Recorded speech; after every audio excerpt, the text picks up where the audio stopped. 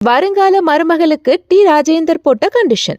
ஜாம்பவான் D Rajendar கிட்ட ரசிகர்கள் எல்லாரும் கேட்கிற பொதுவான கேள்வி என்னன்னா, அது உங்க மகன் எஸ்டிஆருக்கு எப்ப கல்யாணம் அப்படிங்கிற கேள்விதான்.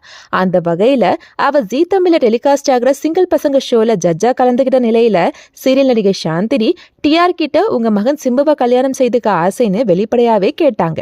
அதுக்கு அவர் என்ன பதில் சொன்னார் தெரியுமா? காதல் அப்படிங்கிறது மனைவி மேல மட்டும் வைக்கிறது கிடையாது, மொத்த குடும்பத்து மீதும் வைக்கிறது தான்.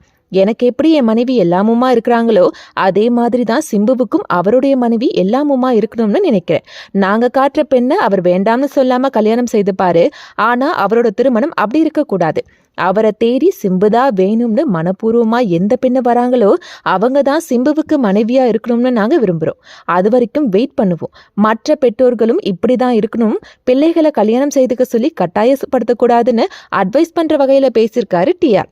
42 வயசாகிற சிம்புவுக்கு 2025லயாச்சும் கல்யாணம் நடக்குமான்னு கேள்வி எழுப்புறாங்க ரசிகர்கள். சினிமா நடிகைகளை தாண்டி இப்ப எல்லாம் சீரியல் நடிகைகள் சிம்புவை கல்யாணம் பண்ணிக்க ஆசைப்படுறதா செய்திகள் வர்றது அதிகரிச்சிட்டு இருக்கிறது குறிப்பிடத்தக்கது.